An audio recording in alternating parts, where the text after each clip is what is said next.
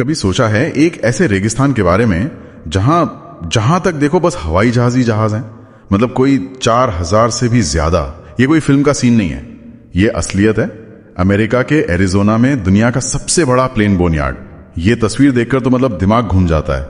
ऐसा लगता है जैसे एविएशन का पूरा इतिहास एक ही जगह खड़ा कर दिया हो।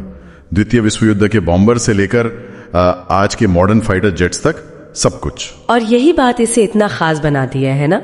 ये एविएशन की दुनिया का वो राज है जिसके बारे में ज्यादातर लोगों को पता भी नहीं होता। तो आज हम इसी की पड़ताल करेंगे कि आखिर ये जगह क्यों बनी, और ये सिर्फ एक कबाड़ खाना नहीं बल्कि अमेरिकी वायुसेना के लिए एक तरह से धड़कन की तरह कैसे काम करती है। हाँ, इसकी कहानी भी उतनी दिलचस्प है। इसकी शुरुआत होती है 1945 से, जब दूसरा विश्व युद्ध खत्म हुआ। तब अमेरिका को एहसास हुआ कि भाई हमने जरूरत से कुछ ज्यादा ही विमान बना लिए। अब सवाल यह था कि इन हजारों मशीनों का करें तो क्या करें। बिल्कुल, और यहीं पर इस जगह का चुनाव एक मास्टर स्ट्रोक था।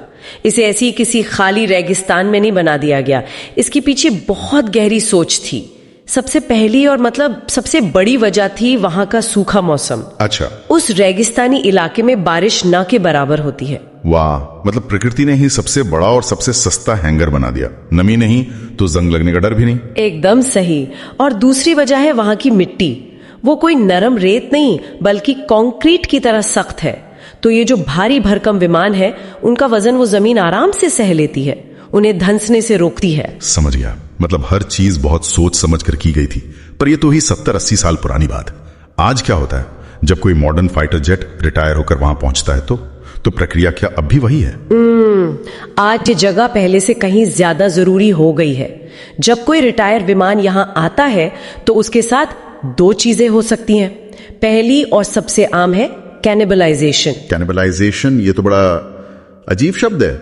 मतलब एक विमान दूसरे को जिंदा रखने में मदद करता है? बिल्कुल, आप इसे ऐसे ही समझ सकते हैं। विमान के सबसे जरूरी हिस्से जैसे इंजन, उसका ढांचा यानी फ्यूजलाज, उन्हें निकालकर दूसरे सक्रिय विमानों में लगाया जाता है। और ये कोई छोटी बात नहीं है।